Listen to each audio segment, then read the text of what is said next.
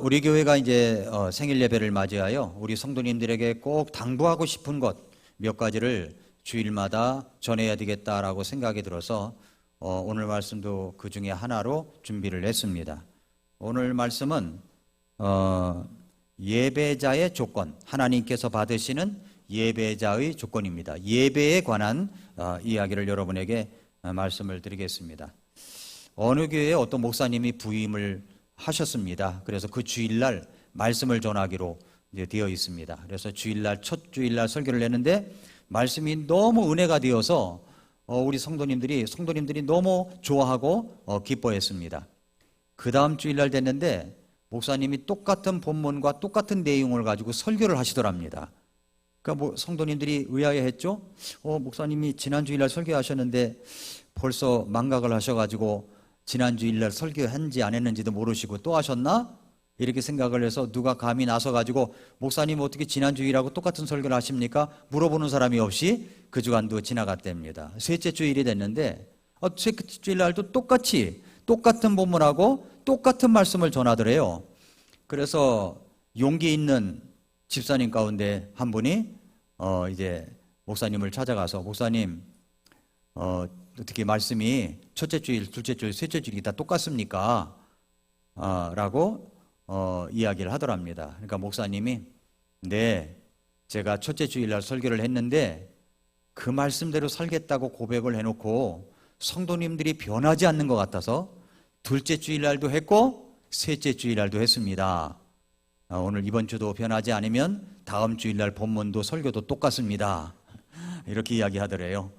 네, 제가 주일날 설교한 걸 가지고 미라클 모닝에 반복해서 이렇게 나누어서 전한 것이 몇 번 있었습니다.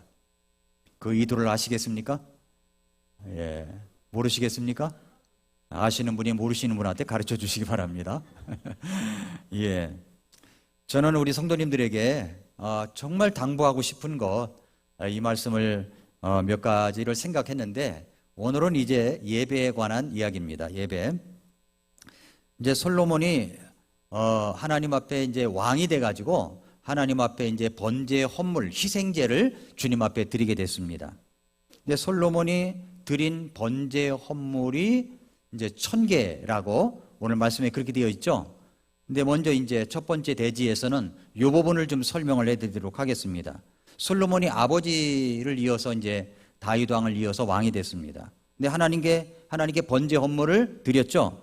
근데 솔로몬이 드린 것이 1000번제일까요? 아니면 번제 헌물 1000개를 드린 것일까요? 1번 1000번제, 2번 번제 헌물 1000개. 뭐죠? 1번입니까? 2번입니까? 2번이죠. 그런데 종종 목사님들 가운데 개혁성경에는 1000번제로 되어 있거든요. 1000번제. 그런데 킹제임스 흥점역 성경에는 번제 헌물 1000개로 되어 있습니다. 그런데 개혁성경의 그 말씀 그대로 어떤 목사님은 1000번제를 잘못 오역하여 예배나 헌금에 적용을 해가지고 이야기하는 분들이 가끔 나타납니다. 그래서 1000번제는 1000번의 제사니까 신약적인 관점에서 우리 1000번의 예배를 드려야 합니다 하면서 온갖 열심을 다 불어넣습니다. 이것은 성경을 오역해도 정말 한참 오역하는 이 잘못된 샤머니즘 신앙을 부추기는 사례입니다. 그래서 1000번제를 드려야 한다고 하면서 주일 예배, 수요일 예배, 새벽 예배, 철야기도 모든 예배를 합하여 1000번을 드려야 하나님이 축복을 합니다. 거기에다가 또 1000번의 헌금을 해야 됩니다. 새벽 제단을 쌓아야 됩니다. 새벽 예배 때마다 또 동시에 헌금을 해야 합니다 하면서 헌금을 하면 축복 기도를 해주는데 어떤 성도님이 이제 125번째 헌금을 드렸고 예배를 드리고 있습니다 하면서 축복 기도를 하더라는 겁니다. 이거는 대단히 성경을 오역하는 거예요. 그래서 1000번 드렸다. 1000번제인데 1000번 드렸다. 이렇게 오역을 해가지고 순진한 성도님들에게 잘못 가르쳐서 이 샤머니즘 신앙을 부추기는 거예요. 샤머니즘 신앙을. 옛날에 저희 큰어머니가 새벽 기도를 가는데 100일 새벽 기도 한다는, 100일 새벽 기도. 그러니까 이게 불교적 용어들이 많았어요. 뭐 불교적 용어들을 갖다가 성도들에게 막 거기다가 얽어가지고 막 그 신앙을 열심히 강요하는 사례가 많이 있었습니다. 우리 저희 큰어머니도 100일 기도를 한다는 거예요. 100일 기도, 불교 가면 100일 기도 있잖아요. 근데 100일 새벽 기도 한다는 거예요. 근데 40몇 번 가다가 그 다음날 못 갔어. 피곤해가지고. 그래서 처음부터 다시 해야 된다는 거예요. 그래서 제가 그런 말씀을 드렸습니다. 그거 가짜입니다. 그렇게 하지 마세요. 하고. 이런 샤머니즘 신앙을 부추기는 사례가 많이 있다는 겁니다.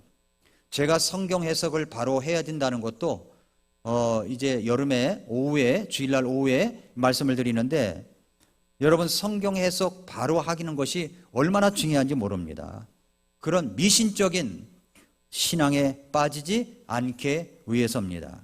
그렇다면 우리가 바로 해야 되죠. 솔로몬이 번제 헌물을 드린 것이 1천 번제입니까? 1000개의 헌물을 드린 겁니까? 1000개의 헌물이에요. 맞습니까? 예, 그래서 엄정역 성경에는 번제 헌물 1000개를 드렸다라고 말씀을 하고 있는 겁니다. 1천 번제라고 하면 1천회의 번제를 드렸다는 것으로 오역할 수가 있기 때문에 그렇습니다. 그런데 이 말의 의미가 뭘까요? 번제 헌물 1000개를 드렸다, 1000개의 번제 헌물을 드렸다는 의미가 뭘까요? 한꺼번에 1000개를 드린 거죠. 한꺼번에 1000개를 드린 겁니다. 그 말씀에 보니까 그것이 큰 산당이 있었기 때문에 거기에다가 1000개의 헌물을 올려다 놓고 거기다가 희생제를 드릴 수가 있었기 때문에 그 제단 위에 번제 헌물 1000개를 올렸다라는 말씀이 되는 것입니다. 그런데 이것이 이제 의미가 뭐냐는 거죠. 이것을 신약적으로 해석을 한다면 요한복음에서 나타나는 것은 영과 진리로 예배를 드린다는 말입니다. 영과 진리로.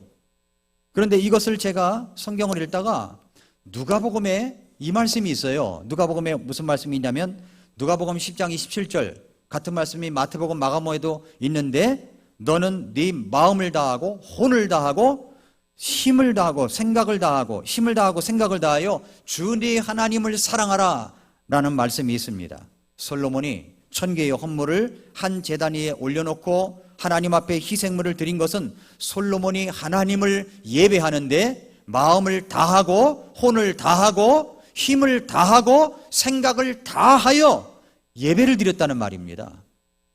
그러니까 우리가 예배를 드릴 때 어떤 마음으로 드려야 돼요? 마음을 다해야 되는 겁니다. 그러면 한번 여쭤보겠습니다. 여러분, 예배를 드리는데 마음을 다하십니까? 아멘이에요? 자, 이렇게 아멘을 너무나 저음 아랫솔로 대답하면 안 되고 중간솔로 대답해야 돼요. 여러분, 마음을 다하여 드리십니까? 네. 그러면 혼을 다하여 드리십니까? 또 우리의 힘을 다하여 드리십니까? 여러분, 생각을 다하여 드리나요? 그러니까 우리가 하나님 앞에 예배를 드릴 때 번제 헌물 1000개를 올려드렸다는 것은 우리가 마음을 다하여, 혼을 다하여, 힘을 다하여, 생각을 다하여 예배를 드려야 된다. 그 말씀으로 연결해서 볼 수가 있는 겁니다. 여러분, 성경에서 보면 언제나 예배로 시작하고 예배로 충만한 삶을 사는 사람에게는 성공이라는 게 있어요.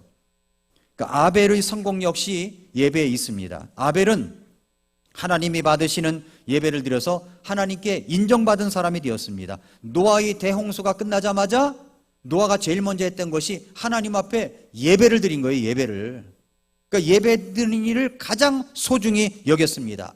아브라함도 새로운 땅에 도착했을 때, 거처지에 갔을 때마다 하나님의 이름을 부르고 예배를 드렸다고 성경에 말씀하고 있습니다. 미국의 시주 청교도들이 이제 신대륙으로 가서 신앙의 자유를 찾아갔습니다. 그들이 제일 먼저 한 게 무엇입니까? 예배죠, 예배.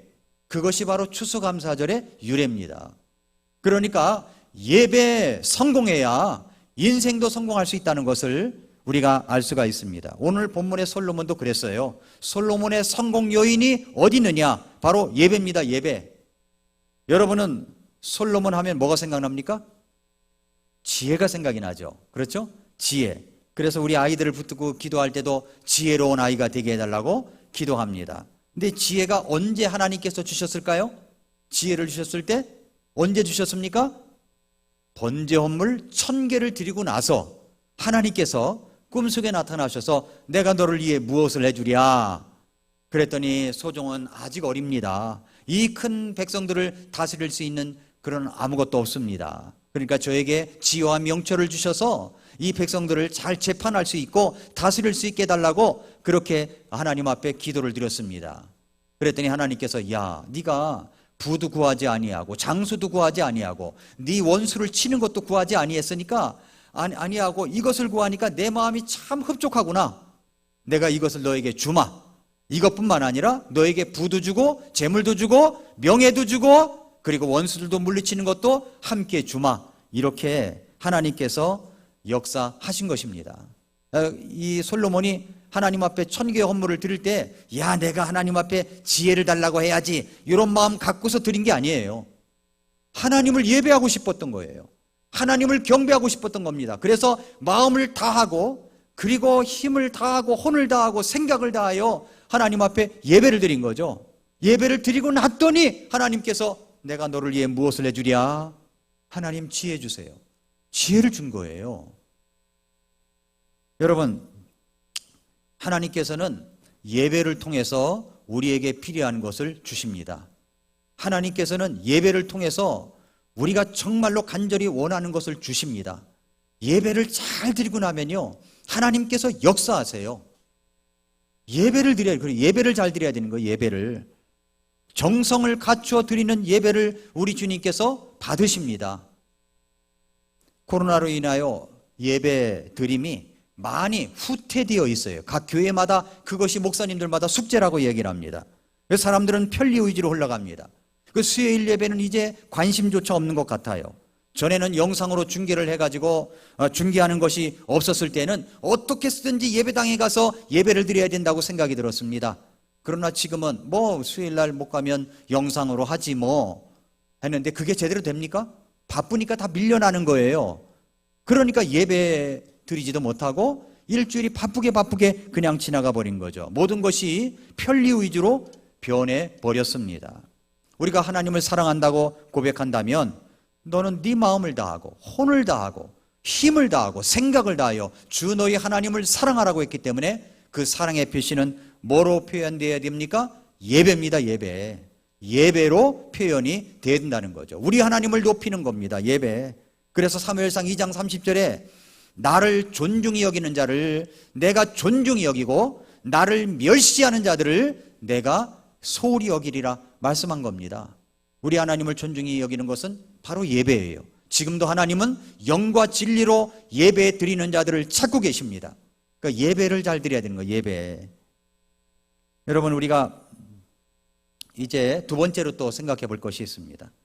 또 하나님이 받으시는 예배의 조건이 있습니다. 예배의 조건. 첫째로 예배자 자신이 준비되어야 됩니다. 예배자 자신. 자, 무슨 준비입니까? 예배자 자신의 변화예요. 변화.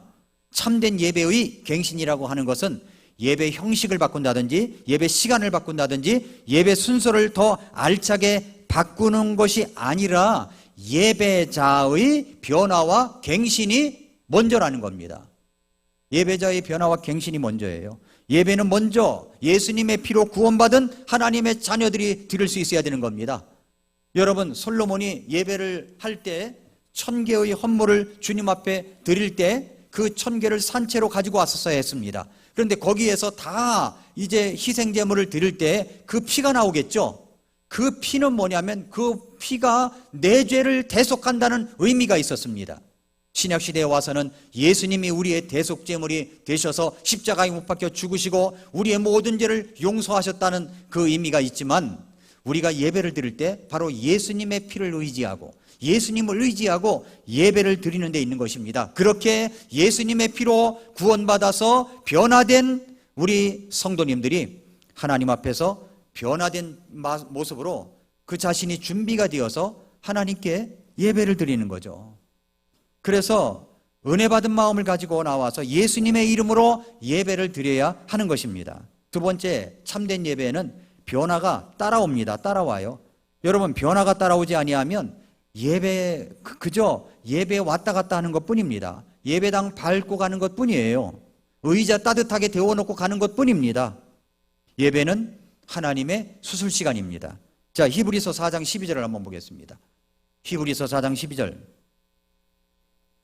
히브리서 4장 12절 보니까 하나님의 말씀은 살아있고 권능이 있으며 양날 달린 어떤 검보다도 예리하여 혼과 영 및 관절과 골수를 찔러 둘로 나누기까지 하고 또 마음의 생각과 의도를 분별하는 분이시니 라고 했습니다.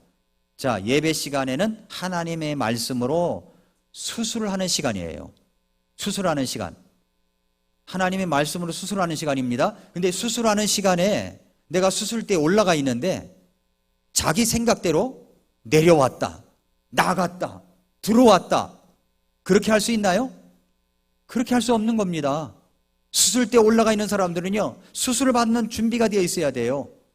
제가 이제 가끔 이제 내시경을 할 때가 있습니다. 이제 우위 내시경, 대장 내시경 할 때가 있어요. 그러면 이제 마취 주사를 이제 수면 내시경을 하니까 마취를 합니다. 그러면 이제 그 수술대 딱 씻을 때 올라가서 있을 때 내가 절대 안 잘 거야. 나는 끝까지 안 잘 거야. 그러면서 눈을 부릅뜨고 이제 잠이 들 겁니다. 이러는데 잠이 들 것까지만 들리고 그 다음에는 깨어나 보니까 벽이 딱 나오는 거예요. 회복실에서 그렇게 나오는 겁니다. 수술대 올라가면은요, 내려올 수 없어요. 그러니까 여러분이 하나님의 말씀을 들을 때 말씀의 흐름을 잘 파악을 해야 되는 겁니다. 제가 여러분들에게 이 설교 노트를 나눠드리는 이유가 있어요. 설교 노트 나눠드리는 이유가 제가 말씀을 전할 때 그 흐름을 잘 따라오라는 겁니다. 흐름을 잘 따라오면서 말씀을 내 것으로 삼아야 된다는 이야기죠. 그러면 말씀의 흐름을 잘 따라오기 위해서 정신을 집중해 가지고 말씀을 보고 때로는 밑줄도 긋고 또 목사님도 한번 봤다가 또 메모도 했다가 이런 것을 계속 따라와야 되는 겁니다. 그런데 그렇지 아니하고 그저 딴짓해. 그러면 이게 수술이 잘 되겠어요? 하나님의 말씀은 살아있고 권능이 있으며 양날 달린 어떤 것보다도 예리해 가지고 우리의 혼과 영과 및 관절과 골수를 찔러 둘로 나누기까지 하는데 그런데 내가 수술대에서 내려왔다 나갔다 이러면 그 무슨 소용이겠습니까? 예를 들어서 지난번에도 한번 이야기한 것 같은데 중요한 강의 시간입니다. 근데 수업 시간에 딴 책 펴놓고 문제를 풀고 있다면 그것은 그 과목과 선생님에 대한 예의가 절대 아닙니다. 강의를 하는 중에 강의를 하고 있는데 갑자기 가방을 써더니 나가버려요. 그럼 그 교수가 선생님이 좋아하겠습니까? 절대 좋아하지 않아요. 저 같으면 점수 안 줍니다. 그냥 F예요, F. 강의를 하고 있는데 전화 진동이 울리니까 전화 받겠다고 뛰어나가서 전화 받고 있어요. 그런 사람은 어떻게 합니까? 제가 교수라면요, 저기 그 핸드폰 여기다 갖다 놓고 강의 들으라고 할 겁니다. 그리고 또 예배 시간에 생리현상도 미리 해결하고 들어와야 됩니다, 사실은. 그런데 뭐 가끔 이제 어쩔 수 없는 경우가 있죠. 그런데 어쩔 수 있음에도 불구하고 그저 왔다 갔다 들어왔다 나갔다 졸았다 그러면 안 되는 겁니다. 어떤 사람 보고 왜 이렇게 조냐 그랬더니 하나님이 지금 수면 내시경 하는 중이라고. 그렇게 하지 마시고 정말로 좋은 강의 시간이고 정말 중요한 강의면 그 선생님을 존경한다면 강의 시간에 왔다 갔다 할 수가 없는 거예요. 산만하게 할 수가 없는 겁니다. 말씀에 집중을 해야 되는 겁니다. 예배도 그런 거예요. 예배를 어떻게 드려야 합니까? 어떻게 드려야 돼요? 마음을 다하고 혼을 다하고 힘을 다하고 생각을 다하여 예배를 드리는 거예요. 예배 시간에 딴짓하면 안 된다는 거죠. 예배 중에 다른 스케줄이 있다고 가방 사서 나가버립니까? 전화 왔다고 나가서 전화 받습니까? 예배 중에 뭐 여러 가지 다른 것을 한다면 하나님에 대한 예의가 아닌 거예요. 그 예배는 하나님께 드려지는 예배입니다. 어쩔 수 없는 경우도 있죠. 근데 어쩔 수 있는데도 불구하고 우리가 예배의 태도가 바르지 못한다면 하나님이 수술을 할 수가 없어요. 말씀으로. 말씀을 잘 따라와야 된다는 겁니다.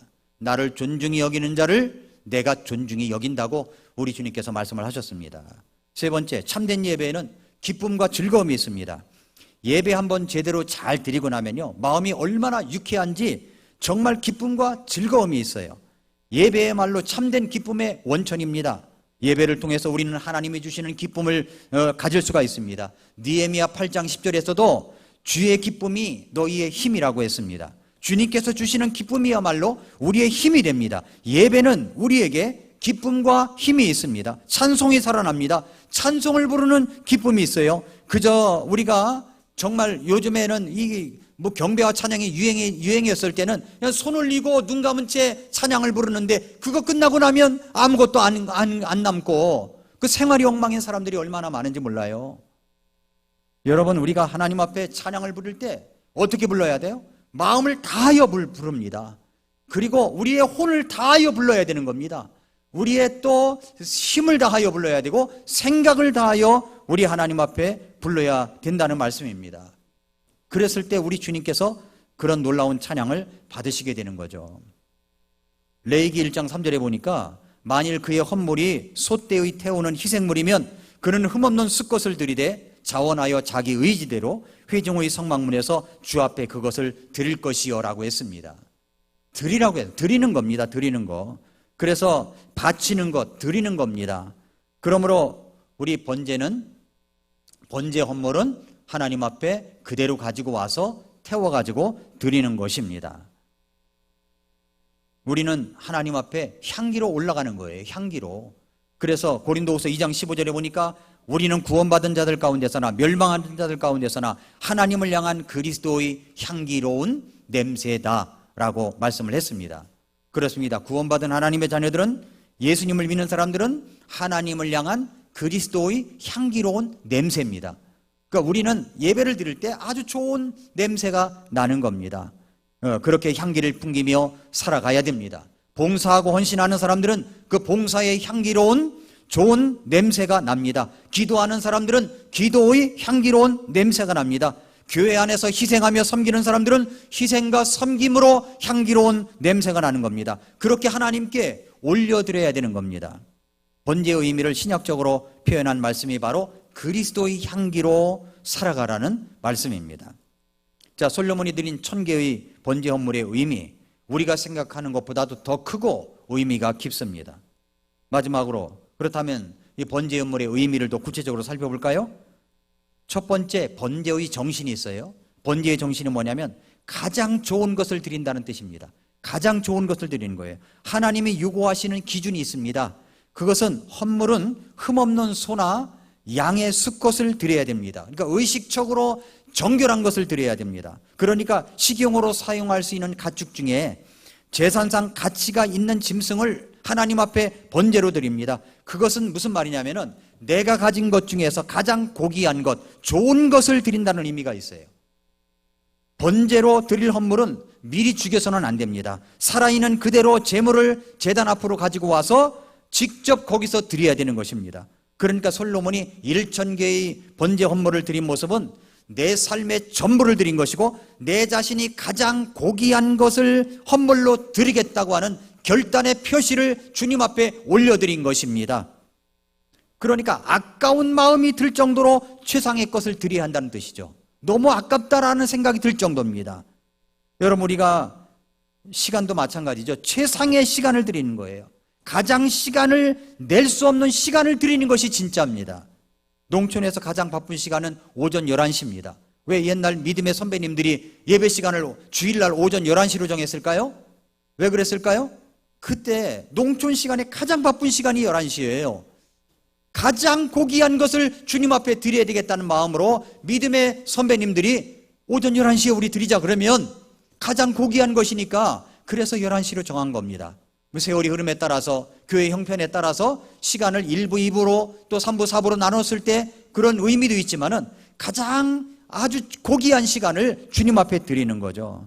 그래서 우리는 내가 편한 대로 예배를 드리는 것이 아닙니다. 정해놓으면 내가 불편해도 힘들어도 피곤해도 드리는 겁니다. 우리가 예배를 드릴 때 뭐든지 최상의 것이어야 돼요. 최상의 것. 오늘 나와서 찬양하는 우리 자매님들 찬양도 최상의 것을 드린 것이고, 오늘 첼로 연주도 보니까 최상의 것을 드린 것이고, 오케스트라도 최상의 것을 드린 것이고, 우리 찬양대도 최상의 것을 주님 앞에 올려드리는 겁니다. 대충 하는 게 아니에요. 그냥 주일날 모여요. 그래가지고 대충 한번 연습해가지고 온 게 아닙니다. 토요일 저녁에도 늦게도록 연습을 하고 갈고 닦아서 주님 앞에 올려드리는 게 뭐예요? 최상의 것을 올려드리겠다는 마음이 있기 때문에 드리는 겁니다. 여러분, 그것이 우리 인생에서 최고의 모습, 최상의 것을 내가 누리고 있습니까? 하나님이 누리고 있습니까? 하나님이 누리셔야죠. 하나님이. 두 번째 번제의 정신은 뭐냐면 자원하여 드린다는 뜻이 있어요. 자원하여 드린다는 뜻.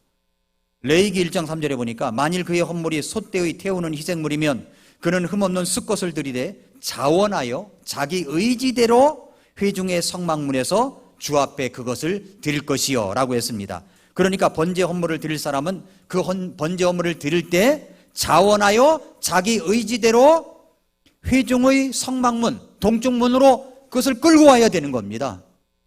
자원하여 자기 의지로 그걸 하는 거죠. 억지로가 아닙니다.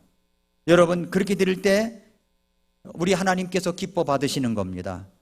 여러분, 과부의 두 렙돈 있죠? 과부의 두 렙돈에서 예수님께서 그 과부의 두 렙돈을 드린 그 여인을 칭찬하셨습니다. 왜 그랬을까요? 자원하여 자기가 가진 것을 가지고 최선을 다해서 드렸기 때문에. 두 렙돈이 중요한 것이 아니라 그것을 드린 사람의 가치가 있기 때문에 하나님 앞에서 그 여인을 칭찬을 하게 된 거죠. 세 번째 정신은 뭐냐면 바치는 사람의 죄를 대속한다는 뜻이 있습니다. 번제 헌물이 머리에 이제 안수를 합니다. 레위기 1장 4절에 보니까 안수를 해요. 그러면 그를 위해서 속죄가 이루어지도록 대신하여 그것을 내가 받으리라. 우리 주님께서 말씀하셨어요. 여기에 번제 헌물은 내 자신이란 말이죠. 내 자신. 솔로몬이 1000개의 번제 헌물을 올려놓고 이것이 내 자신이다. 거기에 희생물이 피를 흘리는데 이 피 때문에 내가 주님 앞에 나아갈 수 있다. 이런 마음으로 주님 앞에 경배와 찬양을 올려드린 것입니다. 그래서 자원하여 자기 의지대로 드릴 수 있어야 되는 거죠. 헌금도 마찬가지입니다. 고린도후서 9장 7절에 보니까 저마다 자기 마음속에 정한 대로 낼 것이요 마지못해 하거나 억지로 하지 말지니 하나님은 즐거이 내는 자를 사랑하시느니라 말씀을 하신 것입니다. 억지로 하는 게 아니에요. 자원하여 자기 의지를 가지고 할 수 있어야 된다는 겁니다. 우리 주님이 높임을 받게 하기 위해서 그런다는 거죠. 그러므로 그 가치는 누가 결정하느냐면 내가 결정하는 거예요. 내가 드린 것이 최상의 가치냐? 그럼 내 자신도 최상의 가치가 있는 사람이 되는 겁니다. 최선의 것을 드려야 됩니다. 마지막으로 번제의 정신은 향기로 드린다는 뜻이 있습니다. 번제는 우리에게 남는 것 없이 다 태워버리는 겁니다. 그런 의미에서 보면 우리의 삶 전체가 모든 것을 불사르고 향기마저 올려드리는 번제가 되어야 되는 것입니다. 여러분의 나이가 지금 얼마입니까? 몇 살이세요? 20대의 청년의 번제는 뭐냐면 청년의 번제의 향기는 열정이죠. 열정, 젊음. 10대들도 열정을 갖고 있습니다. 또 30대는 용의 주도함이라고 볼 수가 있고, 또 다른 40년을 준비하는 40대는 부록의 나이로서 그 특징은 관록의 나이예요. 관록이란 뭐냐면 어떤 일에 대한 상당한 경력으로 생긴 위엄과 권위가 있는 나이죠. 그것을 가지고 주님 앞에 드립니다. 50대는 완숙의 나이입니다. 60대는 인생의 모든 것을 관제와 같이 주님 앞에 번제로 드림으로 마지막까지 주님 앞에서 향기로운 삶이 되도록 그렇게 드리는 것입니다. 이처럼 연령대별로 번제의 의미는 다르다고 할지라도 같은 것이 뭐냐면 다 쏟아붓는다는 의미가 있어요. 다 쏟아붓는 겁니다. 그것이 바로 예배의 정신이라는 겁니다. 자기 삶에만 바쁜 나머지 하나님 앞에 드리는 것이 없다면 그 인생이 무슨 의미가 있겠습니까? 그러므로 우리가 주님 앞에 드릴 때 다 쏟아부어야 돼요. 찬양을 부를 때도 여러분 다 쏟아부어야 되는 거예요. 대충 부르면 안 됩니다. 제가 주일날 일부 예배를 할 때는 이 찬양, 대중 찬양 인도자가 없기 때문에 제가 대중 찬양도 인도를 하고 그 예배를 이제 드립니다. 그러니까 에너지가 많이 이제 소모가 되겠죠. 그런데 이 찬송가를 고를 때 정말 이 찬송은 이 말씀에 맞는 찬송이야 하고 이제 고릅니다. 그런데 주일날 아침 일부에 부르다 보니까 올라가질 않아요, 이게. 그러니까 레도 잘 안 올라가, 레도. 예. 레도 안 올라가요. 미 하면은 이건 완전히 미안한 소리가 나는 거예요. 그래서 야, 이거 어떡하나? 그래서 찬양을 고를 때 이거 너무 음이 높아. 그래가지고 빼버린 경우도 몇 번 있었어요. 그래서 이렇게 되면 안 되겠다. 내가 높은 음을 내는 발성 연습을 좀 해야 되겠다. 발성을 좀 공부해야 되겠다라고 생각이 들어가지고 오래전부터 배르다가 어저께는 특별히 유 선생님을 찾아냈어요. 유 선생님을 찾아내가지고 하루 종일 이제 제가 강의를 듣게 됐습니다. 그래서 발성법을 거기서 가르쳐 주는데 혼자 하는 것보다 여기 전문가도 계시겠지만 누군가 내 배를 꽉 눌러주고 발성을 하니까 이게 잘 올라가는 거예요. 어저께 우리 천병성 목사님 딸이 결혼을 해가지고 이제 큰빛교회 왕복 1시간 반, 1시간 반, 한 3시간인데 차 안에서 계속 연습을 했어요. 우리 집사람이 시끄럽다고 하지 아니하고 계속 듣기만 했는데 그래서 도, 미, 솔, 도, 미까지 올라가는 거예요, 미까지. 그래서 저도 깜짝 놀랐습니다. 집에 와서 피아노를 이게 하면서 도, 미, 솔, 도, 미까지 올라가서 조금 더 올려볼까? 파까지 올라가는 거예요. 거기다가 또 파샵까지 올라가? 에라, 솔까지 해보자. 솔까지 올라가는 거예요. 야, 이거 미쳤다, 이거. 깜짝 놀랐습니다. 올라가는 거예요. 이렇게 불러야 되는 거구나. 아직 연습을 더 많이 해야 되겠지만은 제가 왜 그렇게 연습을 하려고 하냐면 나이 60이 넘어가지고 이제서 발성 연습을 하고 발성학을 공부하고 이런다는 것이 왜 그러냐면 찬양을 마음껏 부르고 싶어서입니다. 찬양을 대충 부르고 싶지 않아서인 거예요. 이 앞에서 찬송 인도하면요, 침 삼키는 것도 시간 맞춰서 해야 돼요. 그 사이에 막간을 해서 해야 됩니다. 우리가 찬양을 부를 때 어떻게 불러야 돼요? 마음을 다하고 혼을 다하고 힘을 다하고 우리의 생각을 다하여 우리의 찬송가 가사 속에 쓰여 있는 그 가사의 내용을 우리 주님 앞에 올려드리는 겁니다. 그럴 때 여러분 얼마나 힘이 있겠어요.